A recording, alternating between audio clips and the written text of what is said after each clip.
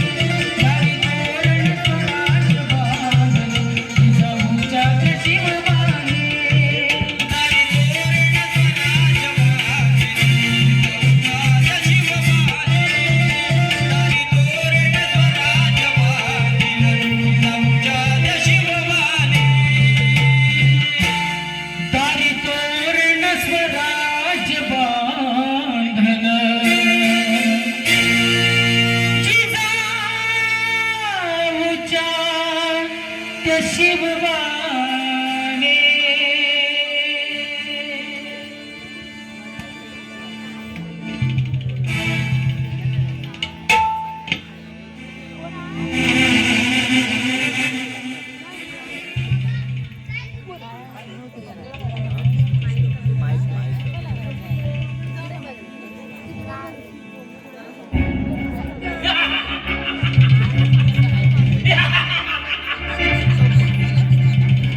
सिकंदर आपल्या पायाने चालत आली आहे. सोडणार नाही.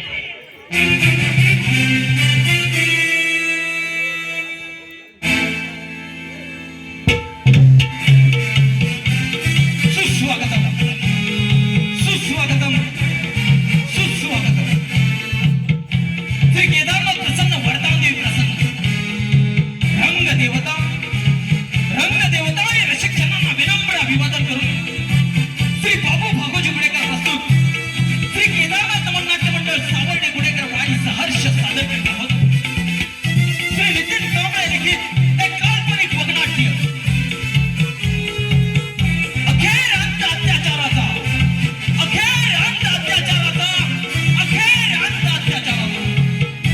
निर्माता श्री बाबू भागोजी गुडेकर, दिग्दर्शक श्री एकनाथ बाबू गुडेकर.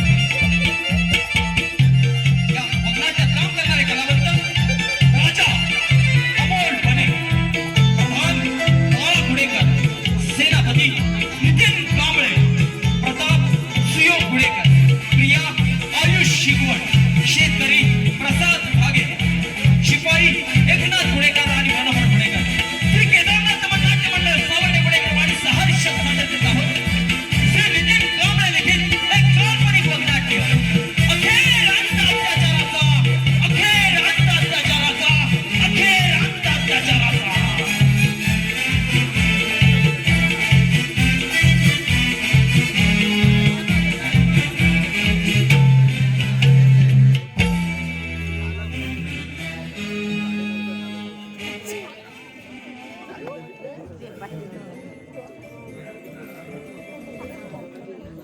चालू केलं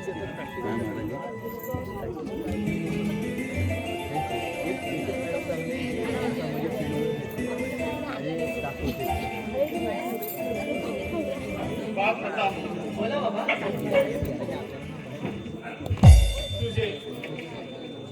तुझ्या आईच्या पाठीमागे तुझे आणि प्रियाचे संगोपन करता करता मी फार थकून गेलोय रे. बाबा अशी कोणती गोष्ट आहे की तुम्ही चुकून गेला? चाल. कसं सांगू तुला, या संपूर्ण राज्याची जबाबदारी परंपरेनुसार आता माझ्यावरती आहे. दम देते खाली बस. माझ्या राज्यातील जनता सुखी समाधानी राहावी तू कुठं राहिला?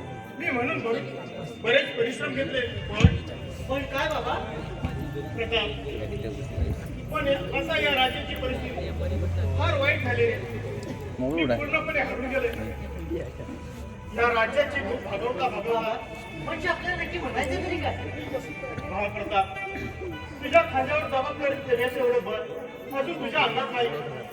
परंतु सावध राहा म्हणून तुला सांगतोय बाळ, आपल्या राज्यावर पुण्या सैतानाची वाईट नजर पडली. आतापर्यंत शेतकऱ्यांकडून धनधान्य लुटत होते, पण आता ते तरुण मुलींना घरातून घेऊन जाऊन त्यांच्यावर अत्याचार करत आहेत.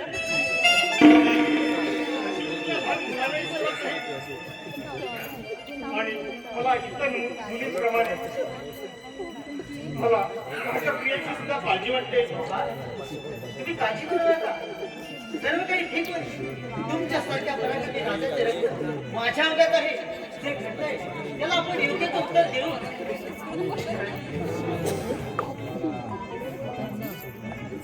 महाराजांचा जय जयकार होता. आशीर्वाद आहे. प्रणाम महाराज. आशीर्वाद आहे. महाराज, इतका काही गडबडीने बोलवण्याचं कारण?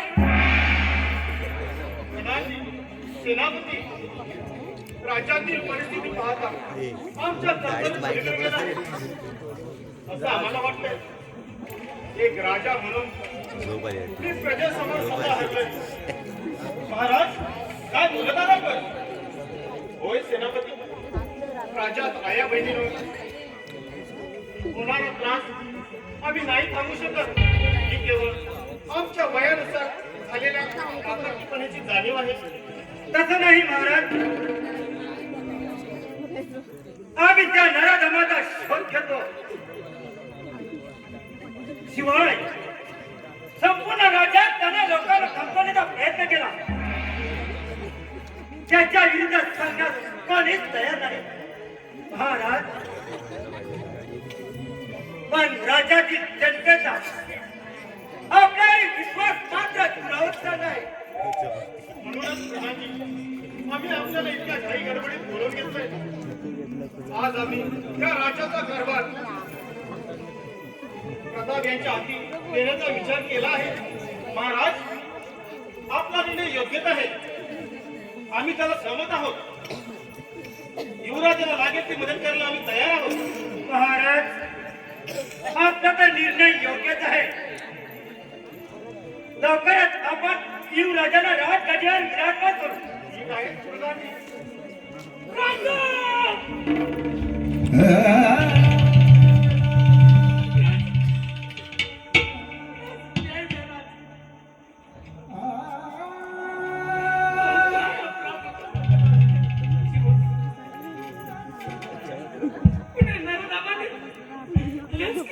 तोडले हो.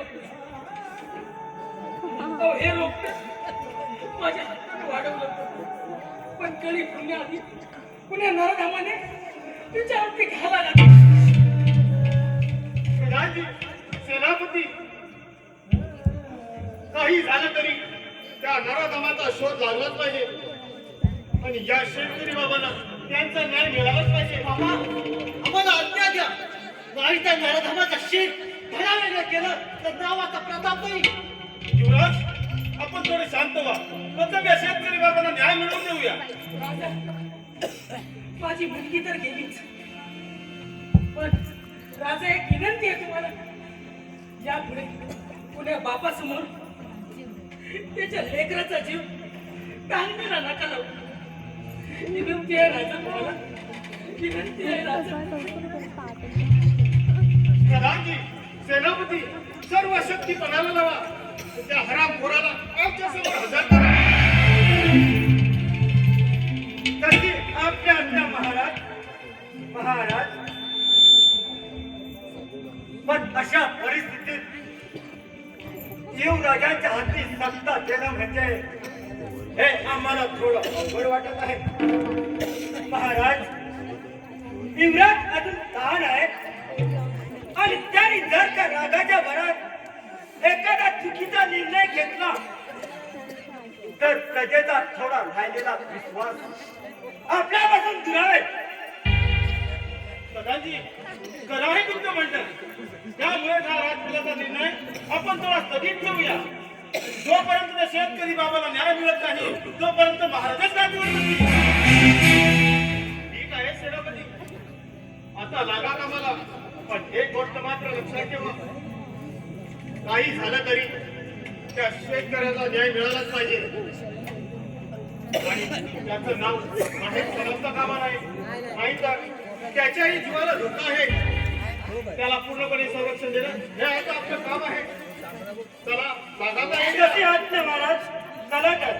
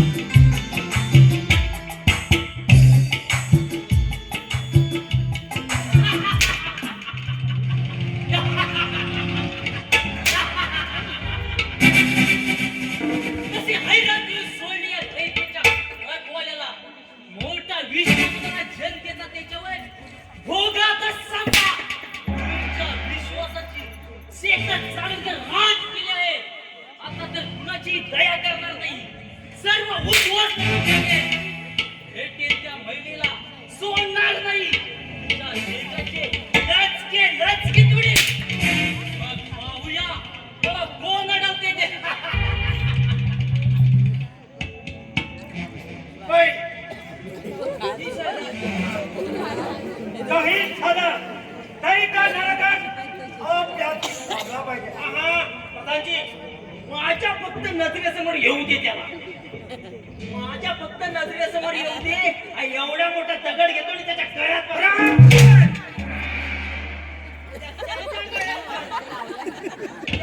त्या नराधमाच्या गळ्यात पाहतो दगड एवढा मोठा. आणि दगड असा मोठ्या नदीत फेकून देतो. अरे वेडी आहे. त्याला जर पोहता आलं तर अरे त्याला पोहता येणं वरती येऊ नये म्हणून दगड बांधायचा. अरे पण मी का म्हणतो? त्याला नदीत टाकायचं, त्याला मारायचं, दगडाचा हाल कशाला? दगडाची काळजी बघत आहे. अरे दगडाची काळजी घेतोय म्हणून ती जिवंत आहे. हे सांगतो. आपण काय करूया माहिती काय? आपलं पाण्यात टाकले, हे टाकले, ते टाकले. सरळ बाजारात जायचं. 3 मीटरची रशी आणली. कशाला? टाकायची महागाव. त्यांची कशाला मान आवडतो? पण प्रधानजी, वाईट याच गोष्टीचं वाटतं. राज्यात इतके अत्याचार वाढत चाललेत ना, म्हणजे तुम्हाला सांगतो हे अत्याचार ऐकून आहे ना मला काही सुचतच नाही.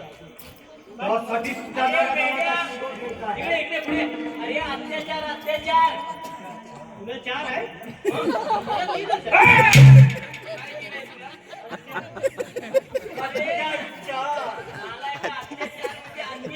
अन्याय होत आहे त्या राज्यातील लहान मुलींवरती मी म्हणतो म्हणूनच त्या नराधमाचा आपण शोध घ्यायचा आहे.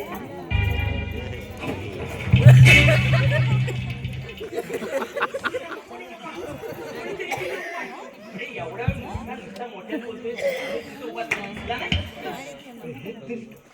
प्रथम बोलायला पाहिजे होतं.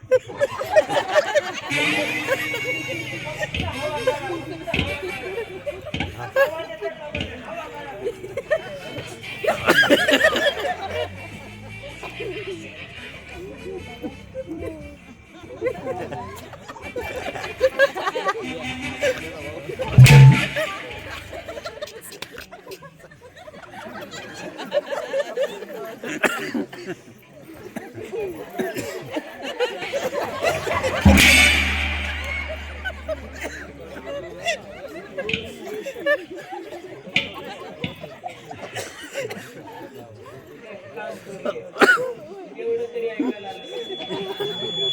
तू एक काम कर. सोडून जा. मी मागून जातो. आणि तुम्ही आहे ना तुम्ही मधलं टकलं काय मधलं मान तू जाणार मी बघे नको काय मागं पुढे पाळायला तर कराल काय चौकाच्याने असं जोरात बोलू नका. अचानक जर तुमच्याकडे बघितलं ना तर दाढी बोलावं.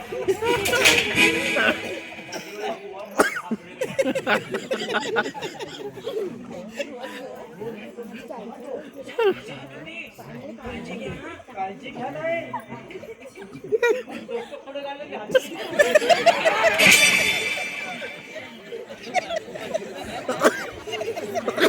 कोण आहेस तू? समजतंय? कोणत्या?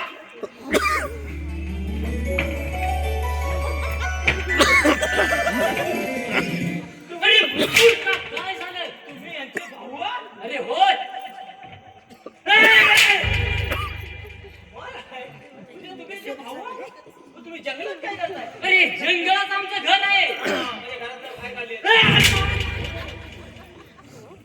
जंगलात कशाला जाताय? अरे या जंगलचा राजा आहे मी.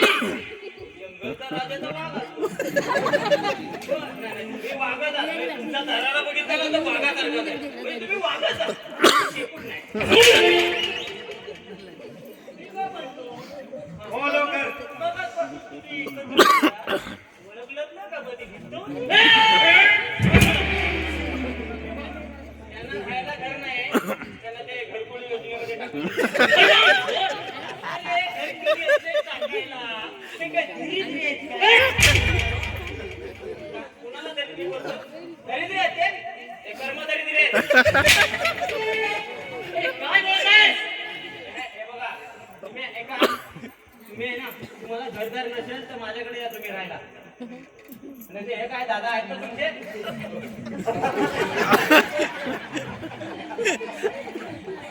ना ना असं नाही.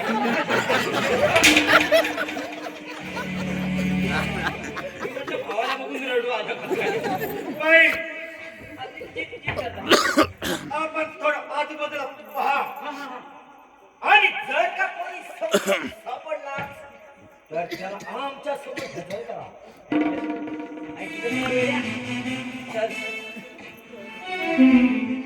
दादा काय झालं?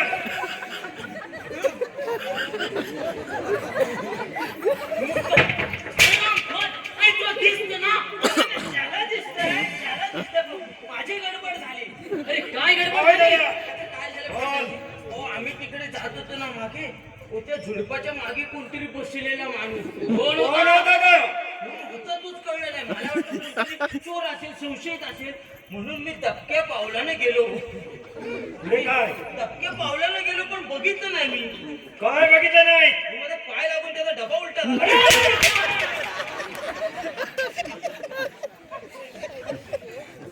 दादा कसा वाटला मला दादा? तुझ्या ना तुझ्या त्या राजाच्या अंगाचा धरका. दादा तुम्ही घाबरू नका. राजाने त्याच्या मुलाच्या हाती सत्ता देण्याआधीच त्याला असे झटके देतो की तो स्वतःहून या राज्याचा कारभार तुमच्या हाती देईल. शाबास! शाबास समर्थन! पण ज्या शेतकऱ्याच्या मुलीचा तू जीव घेतलास तो शेतकरी महाराजांपर्यंत पोहोचलाच कसा? समर्थन! आणि जर का हे असं चालत राहिलं तर एक दिवस तूही सापडशील आणि मलाही असा लटकवशील. दादा तुम्ही चिंता करू नका. तो शेतकरी पुन्हा रात दरबारात येणार नाही आणि यापुढे कोणत्या शेतकऱ्याची हिंमत सुद्धा होणार नाही. शाबास समर्थन! शाबास समर्थन! यापुढे कोणताही गुन्हा करताना तो पुराव्यासहित नष्ट झाला पाहिजे. बस! मग पाहताच हा राजा माझ्या आधी सत्ता कशी काय देत नाही तो. समज? अरे त्यासाठी तू प्रजेला इतका त्रास दे, इतका त्रास दे की एक दिवस ती प्रजा माझ्या पायाला नाटक घेत आली पाहिजे. आणि यापुढे काम तुला सांगायला नको.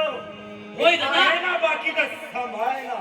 हरामखोर राज्यासमोर जातो काय पाहतोस कसा जातो ते. समज? मीही तुझ्या सोबत येतो. आपण दोघे मिळून त्या शेतकऱ्याचे इतके हाल करू की त्याची अवस्था बघून कुणाच्याही तोंडातून आग बाहेर येणार नाही. होय दादा या राज्यात रक्ताचा सडा पाडून आणि या राज्याला त्याचं राज्यपाल सोडायलाच नव्हतं. शाबास! त्याचबरोबर तो राजदरबारात जाण्याआधी आपण त्याचा पाठलाग करूया. चल!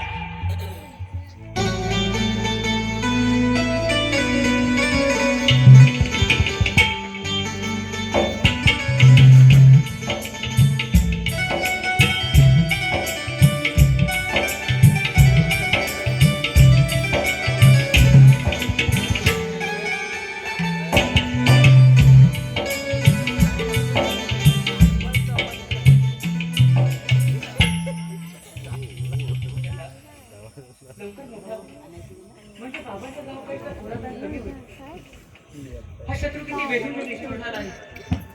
स्त्रियांवर नपुंसकता अत्याचार करून सुटला आहे. ताई पण या हरामखोरांना असं वागून मिळतं तरी काय? बाबांचा वेळ लागेल. त्यांनी राज्य सांभाळणं आता तितकं शक्य नाही. आणि या संधीचा फायदा घेत हे लोक राज्यात दहशत मारत आहेत आणि बाबांविषयी नकारात्मक कळवत आहेत. ताई परिस्थितीने बाबा फार खचून गेले. त्यांना आता त्यांच्या पदवर करण्याची ताकद देखील राहिली नाही. ताई आता तुला आणि मला यातून काहीतरी मार्ग काढावाच लागेल. पण तुझ्या इंग्लिश पंखांना एवढा मोठा भाग देणं मला योग्य वाटत नाही. तुझं पुढील आयुष्य या नराधमांच्या काळजी याची परिस्थिती वाटते. ताई तू मुळी चिंता करू नकोस. ताई या नरधमाचा जर तपास लावायचा असेल तर शेतकरी बाबांना भेटणं खूप गरजेचं आहे. त्यातून आपल्याला काहीतरी पुरावा नक्कीच मिळेल. आता आपल्याला होय ताई, जास्त वेळ काढून चालणार नाही.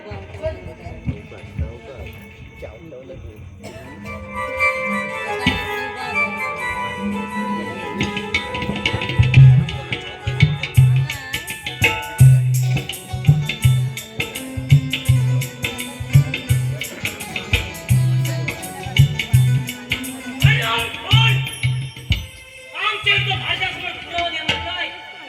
आमच्या इथं जर कुणी आवाज उठवला तर त्याचे हे चाल होणार. अरे नराधमांनो, एक चूक लपवण्यासाठी तुम्ही किती जणांचा जीव घेणार? तरीही सत्य कधी लपणार नाही. तुम्हाला तुमच्या पापाची शिक्षा ही मिळणारच.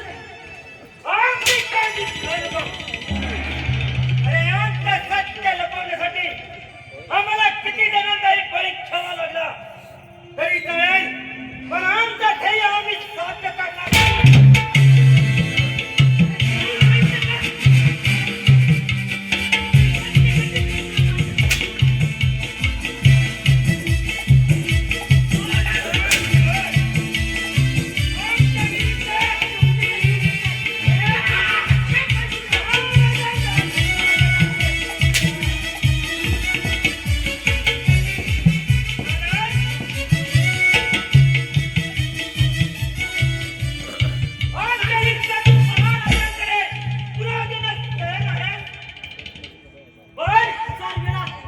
जरी पुरावा द्यायला लागला तरी हा शेतकरी 1000 वेळा पुरावा देईल. नराधमांनो, माझ्या पोरीचा जीव तर गेलाय. बापाचा एक शाप आहे तुला. काकांची, एक गोष्ट लक्षात ठेव. तसा माझ्या मुलीचा जीव गेलाय तसाच तुझ्या ह्या भावाचा या समाजींचा एक दिवस तुझ्या डोळ्यासमोर जीव जाईल.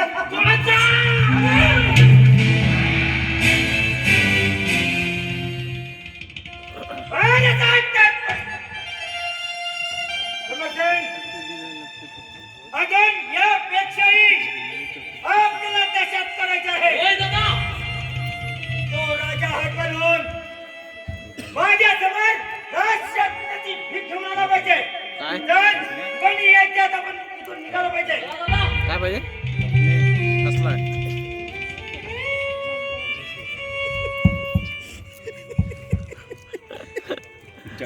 शेतकरी बाबा, शेतकरी बाबा, कुणी मारलं तुम्हाला? खाऊन बघतो. बोला बाबा, शेतकरी बाबा. लिंबाचं आहे. तुम्हाला तुमच्या मुलीची शपथ आहे. बोला बाबा, बाबा.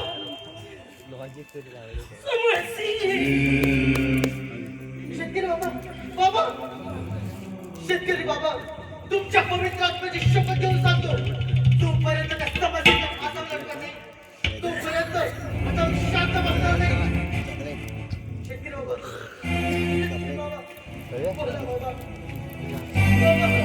काम आता एवढं बघितच बघून जा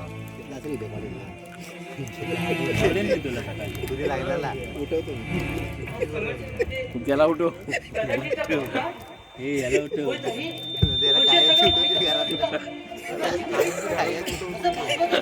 तर आज आमका घालतीस शेवटचा नंबर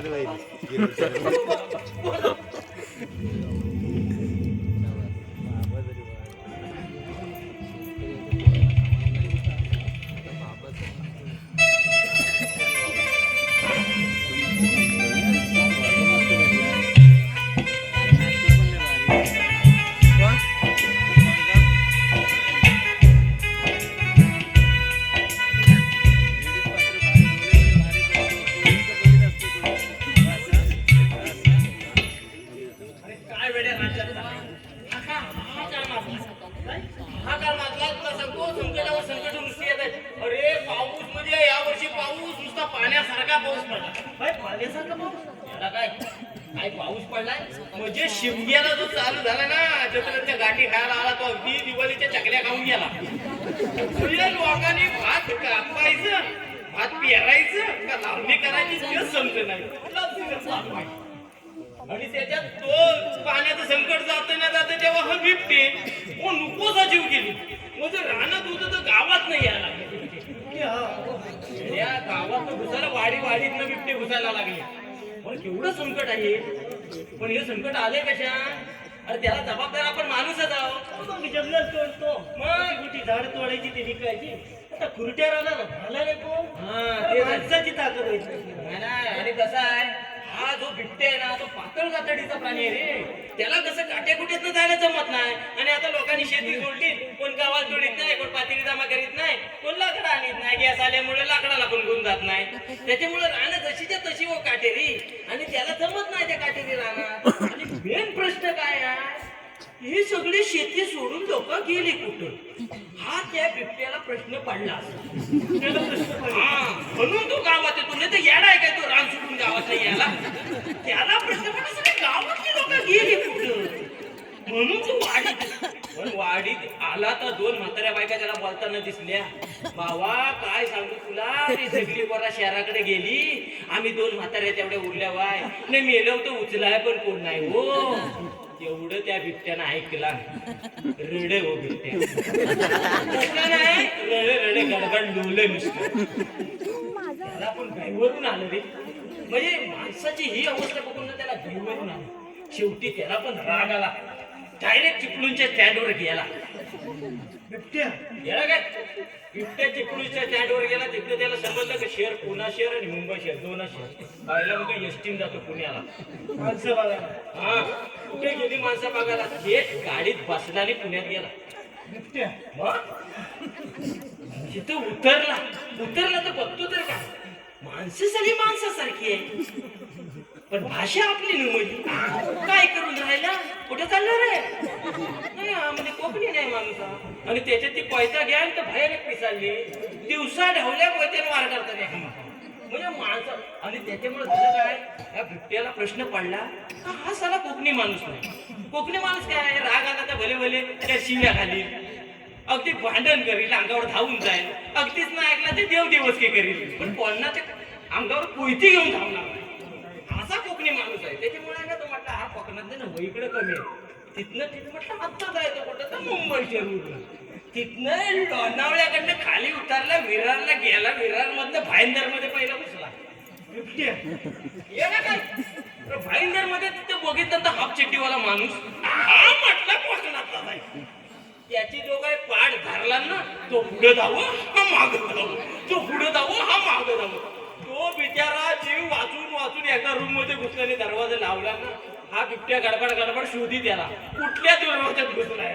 अरे एवढी मोठी बिल्डिंग मध्ये ना समजलं नाही काय. शेवटी तिथून आला. म्हटलं इकडं पण कमी लोक आहेत. आता शहर राहिलं कुठं मग दादरच्या तिकडं. तिथनं म्हटलं ट्रेन मध्ये बसतो नाही तर पहिला दादरला जातो. ट्रेन मध्ये बसला गणा काय त्याची तिकीट तू काढली असेल. ट्रेन मध्ये असं बसत दादरला टिशीला का पकड मागायला कसा टिशी पकडायला येड्या? तो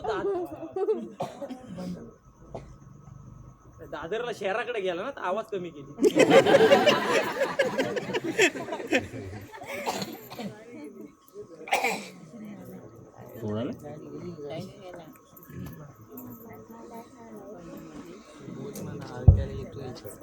मोठा लाव आला बिबट्या काय साधाचा वाटलं बाहेर वाढला लगे. तो दादरला गेला. तिथं उतरला. बघतो तर काय इकडे पण आपली माणसं नाही तिकडे बोलतेच माणसं.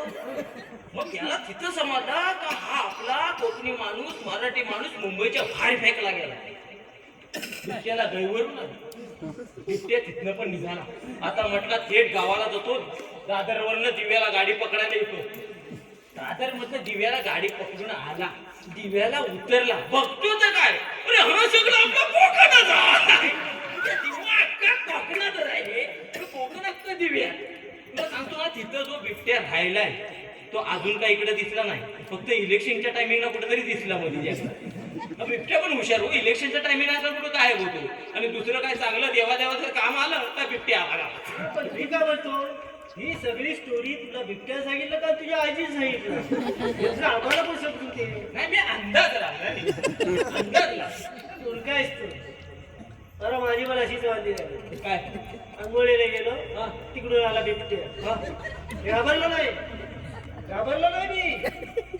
मग नाही नाही नाही, काय भले भले केलं लिहून त्यांनी. काय केलं? त्याला माझा टॉवेल घेऊन. बिबट्या अरे काय पद्धत. बिबट्या टावले काय तो आंघोळी करून काय तुला टॉवेल लिहायला? ट्रेन कोणती बिबट्या गेला हे पहिल्यांदाच मी ऐकलं. बरोबर आहे. महाराज येण्याची वेळ झाली.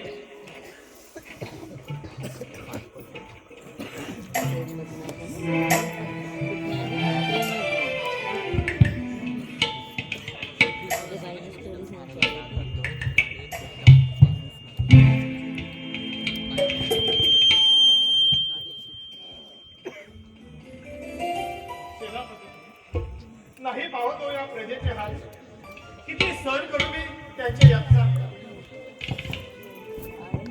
जवान मुलींचे आयुष्य उद्ध्वस्त होत नाही, मी काहीच करू शकत नाही. याची खंत मला मनाला चिरून करते. आई वडिलांच्या डोळ्यातून उघडणारे असून मुलींचे आयुष्य उद्ध्वस्त होताना पाहून सुटणारे मातेचे हुंकार कानाचे पडदे पडतात, कानाचे पडदे पडतात. नाही महाराज, एवढं हरून चालणार नाही. ही लढाई आपल्या अस्तित्वाची आहे, आपल्या शूरवीरांनी दिलेल्या प्राणांच्या आहुतीची आहे.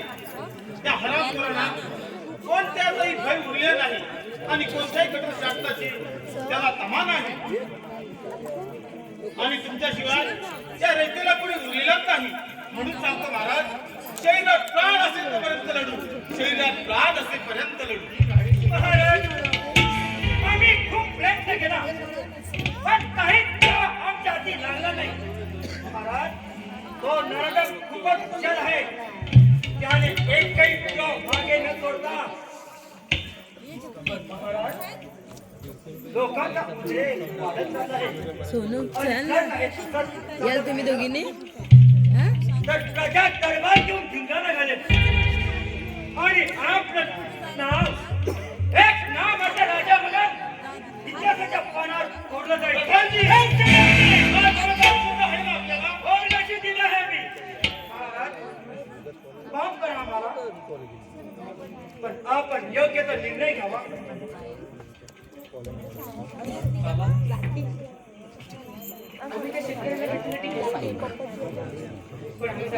दहा वाजता जायचा त्या शेतकऱ्याचं कुणी एक्सप्लोर केलं बाबा?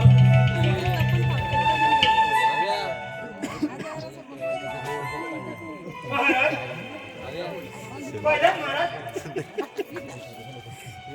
आम्ही सुद्धा खूप शोधण्याचा प्रयत्न केला परंतु तो नराधम सापडलाच नाही. हांजी, आपण तयारी करा. उद्याच रामफळाला या कृष्णाच्या फुलातून शोधून काढायचा. मी व ताई दक्षिणेच्या दिशेने जातो, तुम्ही उत्तरेच्या दिशेने प्रत्येक दऱ्याकडे छापा मारा. नराधम आपल्यातून सुट्ट्या कामा नये. शाबास शिवराज, शाबास. येतो आम्ही.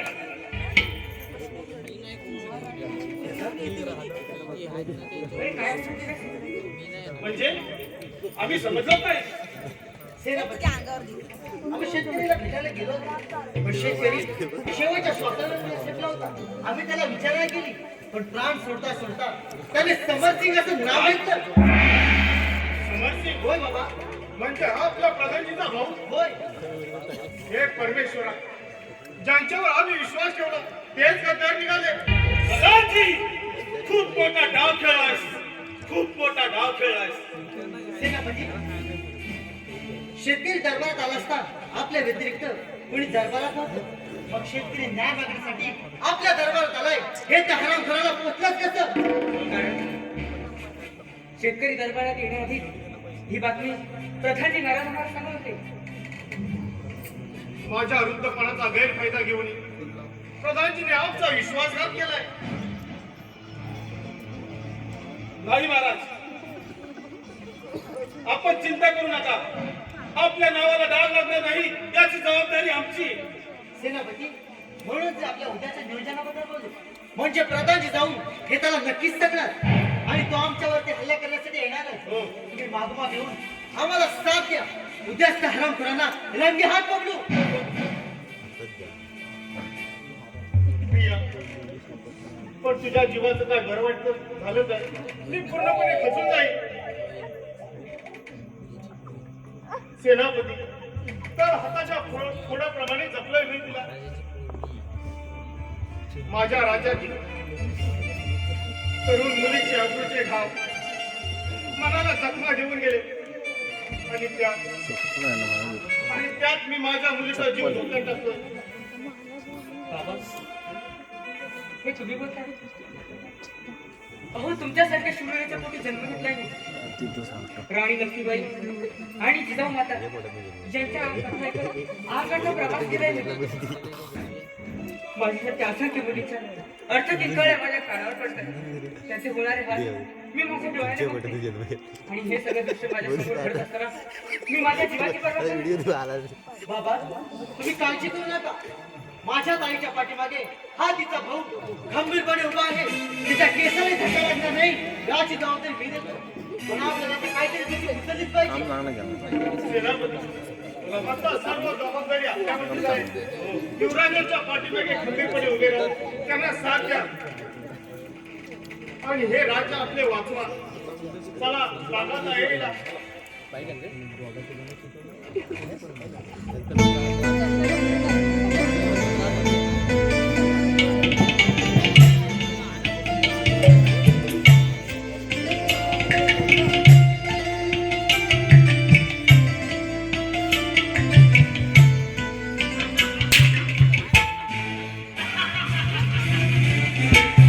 पाहिलंच राजा तुझ्या राज्याची काय अवस्था करून ठेवली आहे ती.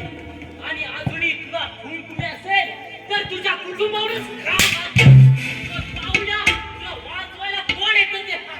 बस समजशील बुवा. अरे हीच तर खरी संधी आहे. अरे आपल्याला पाहिजे असलेली शिकार आज आपल्या शब्दात अडकणार आहे. म्हणजे दादा आम्हाला समजलं नाही. समजते आज त्या अत्याचार करणाऱ्या नराधमाचा म्हणजे तुला पकडण्यासाठी राजकुमारी आणि राजकुमार प्रताप येणार आहे. अरे त्याच संधीचा फायदा घेऊन त्या दोघांनाही आपण एक करता काढूया. म्हणजे आपलं काम अगदी सोपं होईल. दादा आज त्या राजकुमारीच्या मदमस्त जवानीचा गंध लुटतो आणि तिची अशी अवस्था करतो की या राज्यात आपल्याकडे वर मान करून पाण्याची विश्वास लावणार नाही. वा समजले? अरे जर काही असं झालं तर मी या राज्याचा राजा आणि तू तुझ्या मनाला वाटेल तसा वा. अरे मी आहे ना बाकीचं सांभाळायला. वा प्रधानजी वा. आम्हाला तुमच्याविषयी संशय आलाच होता पण आज खात्रीच पडली. आपल्या घराच्या भिंती नाजूक झाल्या तर त्या तोडायला दुश्मनांची गरज भासत. म्हणजे आम्ही आयुष्यभर तुमची सेवा करायची आणि तुम्ही मात्र ही राजगादी बघायची. प्रधानजी तुम्हाला एवढा थकत होता तर मागायचं होतं राजबाबांकडे. असं सतत ताज तुमच्याकडे दिलं असतं. पण तुम्ही तुमच्या हक्काच्या पोटी निष्पाप जीवाशी खेळलात. कळी फुटण्याआधी तिला बेचिराग केली. उद्या पेणारे बाप. आम्हाला शिकू नकोस. कळी खुलण्याआधी तिचा स्वाद घेण्यात जो आनंद असतो तो कुठेच मिळत नाही. याचे कित्येक भाऊ कित्येक बाप आपल्या लेकी आणि मुलीच्या आयुष्याला मुकले. अरे काय म्हणत तुला त्यांच्या व्यथा. अरे अभाव स्वप्न डोळ्याने पाहिलेले असताना त्यांचं स्वप्न मातीमोल करणाऱ्या राक्षसांनो सोडणार नाही.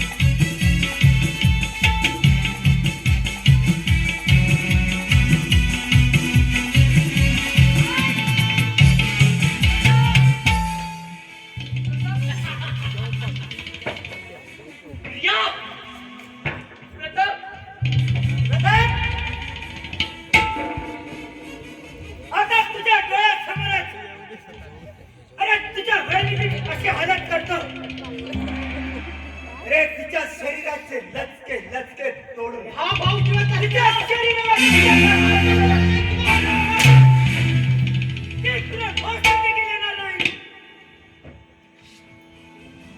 दादाजी तुमच्यासारखे हजार जण नारायणमाने त्यांचा जीव घ्यायला मी मागे पुढे घालत नाही.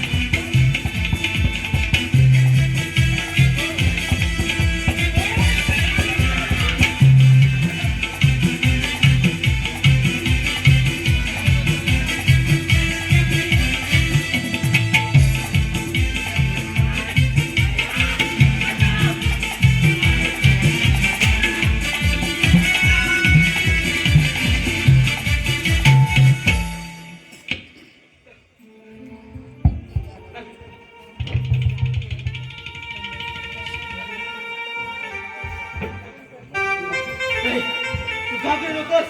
हा तुझा भाऊ जिवंत असतापर्यंत तुझ्या केसाला धक्का लागू देणार नाही. प्रिया आज तुला वाचवतो तेच कोण बच्चा.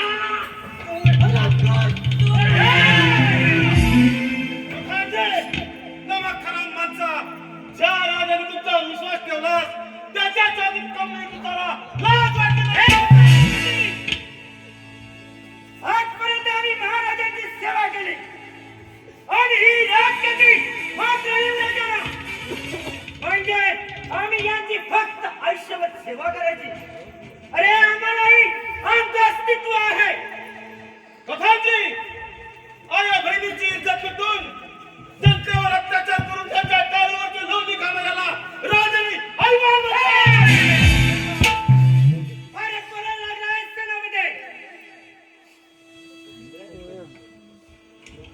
या आज तुझ्या भावासमोर आणि तुझ्या या सेनापती समोर तुझे कसे हाल करतो ते तू आता बघ. तुला तुझ्या भावासमोर अशी शिक्षा देतो की तुझा हा भाऊ तुझ्या प्राणासाठी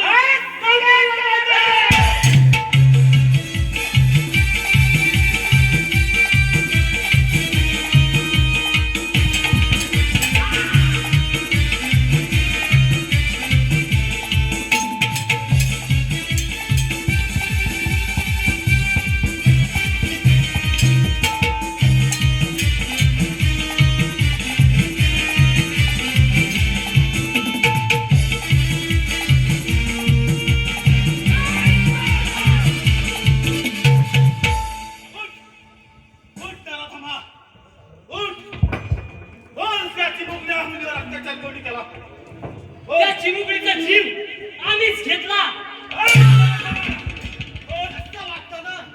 शरम वाटते नाही. आणि पुरावा नष्ट करण्यासाठी तिच्या बापाचा खून सुद्धा आम्ही त्यांच्या हात ते काय कसं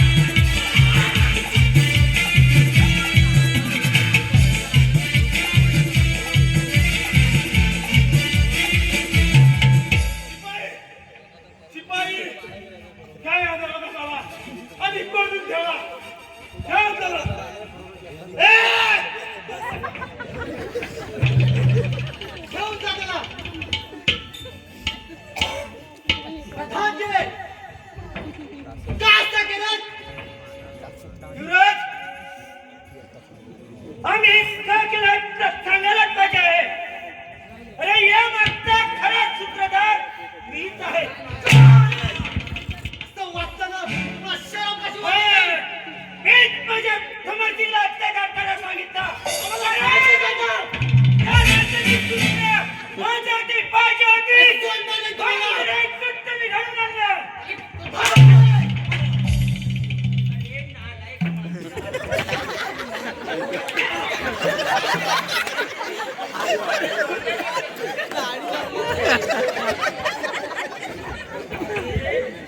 मोठ्या तोंडात सांगतो तुला, लाज वाटत ती खरंच काय खाणत आहे नाही.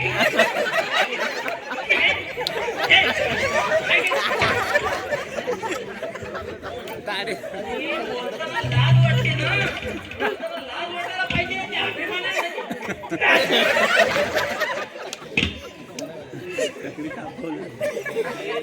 चिमुकल्या मुलांवर अत्याचार करून तुम्हाला काय मिळणार आहे? काय मिळणार आहे तुम्हाला? तर हे जर कृत्य मी घडून आणलं नसतं तर ही राजगडी माझ्या स्वाधीन झाली नसती. असं कसं तुमच्या स्वाधीन केलं असतं? पण हे तुम्ही चुकीचं केलं तर राज्य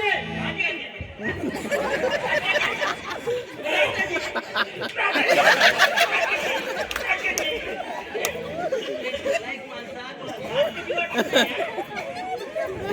नाही, तुला मारायला असतं ना, तर direct खूनच केला असता. तुला पाप नाही करायचं. ह्याच जगाई एवढा वाटल्याच करते. चला आता घेऊन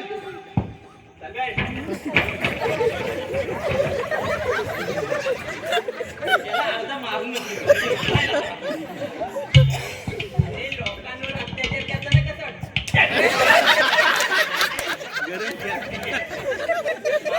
तुम्ही जास्त नका मारू. चला ना घेऊन मारते घेते.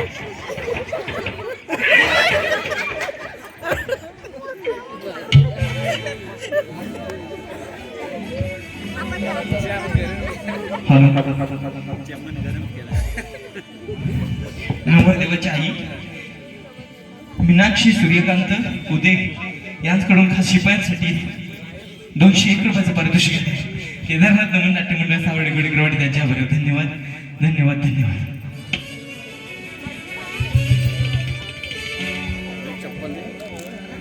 प्रिया आणि प्रतापाला खूप वेळ झाला काय बरं वाटतं झालं नसेल ना परमेश्वर तू सांभाळ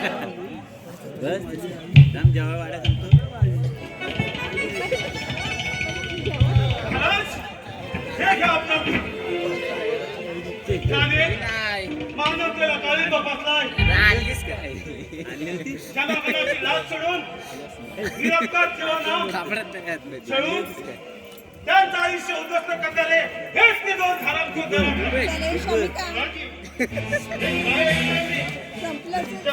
आम्हाला ही अपेक्षा नव्हती. महाराज आमच्यातून जो गुन्हा घडला आहे त्याचा आम्हाला एक पश्चाताप होत आहे. पण महाराज एक पण आम्हाला क्षमा करा. आमच्यातून आता पुन्हा पुन्हा घडणार नाही नाही. बाबा आज जर तुम्ही यांना अभय दिलं यांच्यासारख्या हजार नराधम गुन्हा करण्यासाठी सरसावतील. फक्त एक पण आम्हाला क्षमा करा. शक्य नाही प्रताप.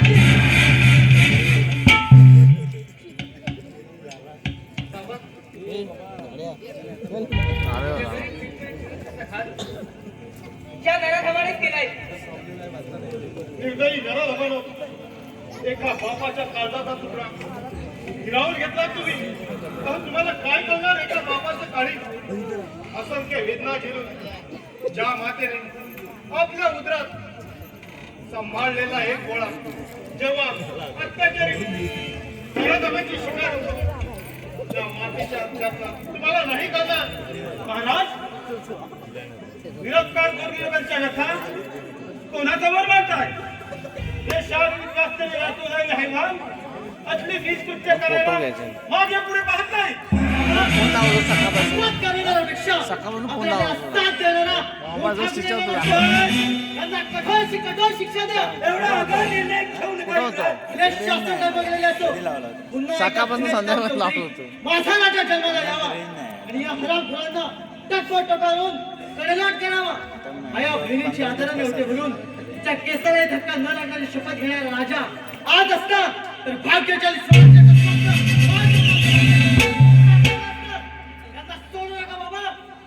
प्रताप कळू दे यांना आपल्या माणसाचा आधार आपल्या डोळे देखत हिरावून घेतला जातो तेव्हा त्यांना काय वाटतं पाहतोस का प्रताप या हरामखोरांचा शिरच्छेद करून टाका.